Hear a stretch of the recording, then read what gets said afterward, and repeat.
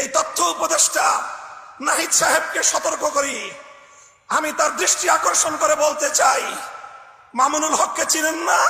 আজকে ফ্যাসিবাদ বিলোপ হওয়ার 1.5 মাসের মাথায় আমার বিরুদ্ধে অনলাইনে ফেসবুক কর্তৃপক্ষ সহ ইউটিউব কর্তৃপক্ষ সহ অঘোষিত নিষেধাজ্ঞা জারি করে রেখেছে। আমার নিউজ কভার করে এই পর্যন্ত বাংলাদেশে প্রায় শতাধিক জাতীয় নিউজ পোর্টাল তারা রেস্ট্রিকশনের শিকার হয়েছে। আপনারা ওখানে বিলাসিতা করেন।